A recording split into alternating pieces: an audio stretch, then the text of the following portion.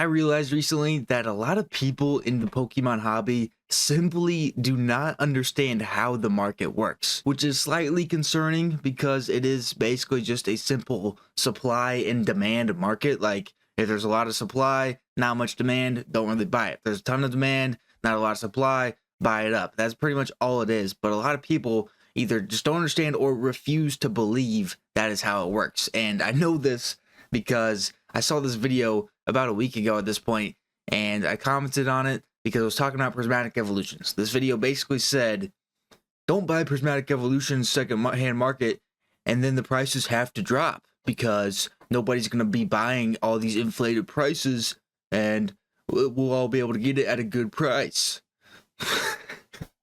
It's like, sure, in theory that could work, yes, but the reason it's at this price is because there's so much demand for the set. Like, without this demand, yeah, the set would be bad. But you want the set. Everybody watching that video wants to open prismatic evolutions. I know there are people out there who still have not even seen a pack of prismatic in the wild. It's not just gonna drop. And, you know, I said in a recent video that the Pokemon company does not have the ability to just simply throw more prismatic out on the shelves, like just turn up the printers to max speed. I'm pretty sure the printers are already at max, whatever that, you know, may be. I commented on this post because the dude was like making it seem like, you know, at the time they're like 111. I know ETBs have gone up to like 120 now, but he's making it seem like these were, you know, super duper expensive. And I commented, you know, I think 111 is a good price. You have a chase card worth $1,800 inside of this set. I mean, that's like never before seen. You have an $1,800 chase card. You have multiple cards. I think a couple cards over 500, and then like 6 cards over 300, and then like over 10 or 15 cards worth over $100. Most of the time in a set, your chase card is like 200. You know, a couple here and there are worth more, like Greninja from Twilight Masquerade.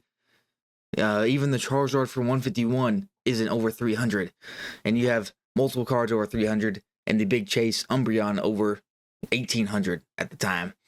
It's like 111 is a good price considering the stuff you could pull from it. All this demand, and it's only 111. These should be like $200 a box for how expensive some of the pulls you can get in here are. Now, I know the pull rates aren't great. That's why it's 111. I don't know how this is hard to understand. And it wasn't just this video. I mean, this video got quite a bit of traction, but the comments were all agreeing with this dude. And then I got a ton of replies to my comment making me act like I was the idiot. So I will read a few of those comments out. But yeah, I got a lot of replies like I was the dumb one for just explaining why prismatic is expensive, and also saying I think it's actually a good price right now considering how much the chase cards are, because I used 151 as an example in one of my replies to the creator of this video, that 151 ETBs cost more than prismatic ETBs, and yet it has thousands of dollars less worth of chase cards inside. Like the highest 151 card is the Charizard at like 280, and you have almost 10 cards, not quite that, but like 6 cards worth more than that in prismatic, and then several more worth over 100 is what I mean. One of the replies was like, yeah, maybe the card wouldn't be so much if the product supply was larger. The Pokemon community won't get better because the majority of it isn't smart enough or care enough to enact change. How are the Pokemon community going to change the product supply? The Pokemon community can't do that. That's Pokemon themselves. And Pokemon's trying. I know they're trying to get more product out there. I mean, if this was a year ago, it'd be just fine. Like, it's just happened. And this guy commenting probably hasn't been in the hobby for more than 3 months. Some of the people don't realize the amount of hype Pokemon has right now. Why this stuff is selling out so fast. This stuff was not selling out so fast. Like I said, 6 months ago, a year ago, I was still able to pre-order Pokemon Center ETBs, you know, from Paradox Rift, Stellar Crown, Twilight Masquerade, all that.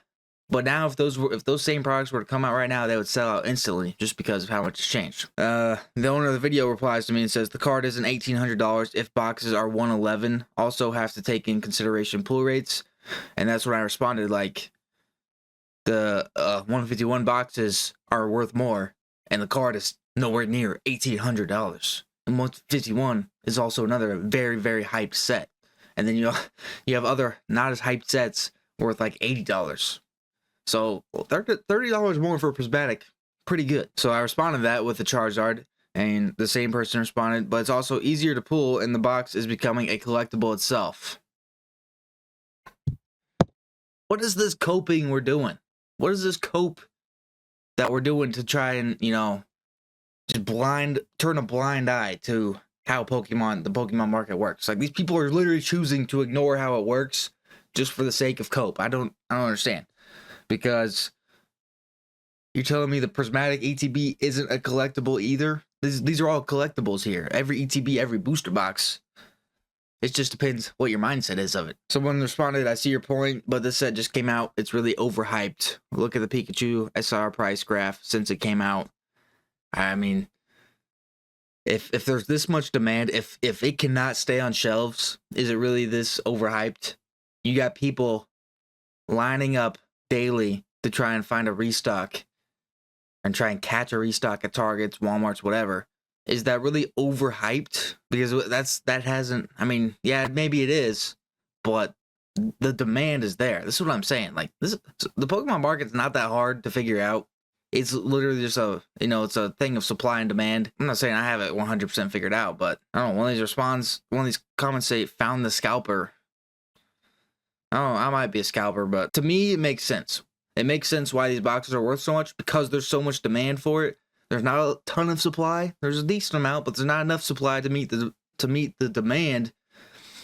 But I said this before, even if Pokemon was able to throw these on shelves, there's still so much demand. People are gonna buy them. People are gonna, like, all the supply that Pokemon does throw out, no matter how much it is gonna get bought up. There's that much demand. Cards shouldn't be seen as a price tag. If that's all you see, just go to a casino. See what I mean? This is just people, like, turning a blind eye. Like, sure, everybody's entitled to their opinion, but they're literally just ignoring how it works. This is how it works. I'm not saying if it's a good or a bad thing. Yeah, you can say they shouldn't be seen as a price tag, but at the end of the day, everyone's chasing the most expensive card when they're opening packs, right? For the most part. Some people are just trying to complete sets, but everybody loves to get the rare cards, and they're usually rare because there's some value in it, aka price.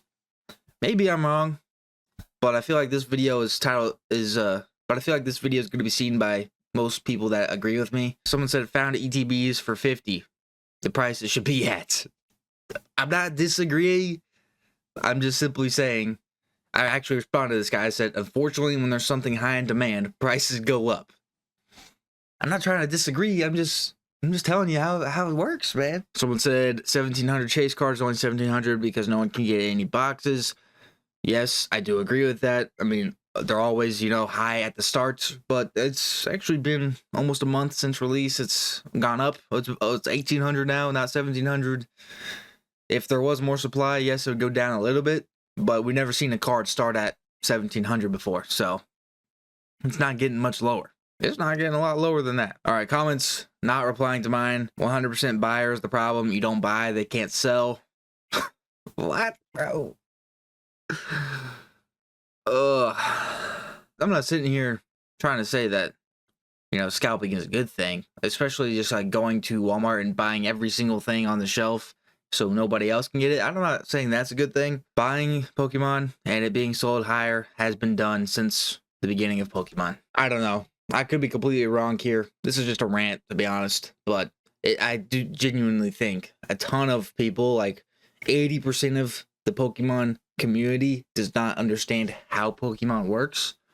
And there's like, ooh, cool card, ooh, I like that. It's perfectly fine until they just blame every single problem that happens on scalpers when it's really not the case. I mean, the people wanting the cards are also part of the problem because they're buying. If there was no demand, Pokemon wouldn't be a very good hobby. But there's demand. I mean, there have been years where Pokemon wasn't in high demand. You could buy booster boxes for $80. The people then didn't care about Pokemon, but now all of a sudden it's gotten popular again, and now we care, and now we want it to be cheap whenever it's super duper popular and there's a ton of demand. That's just how it works in my brain. This is kind of a rant, but yeah.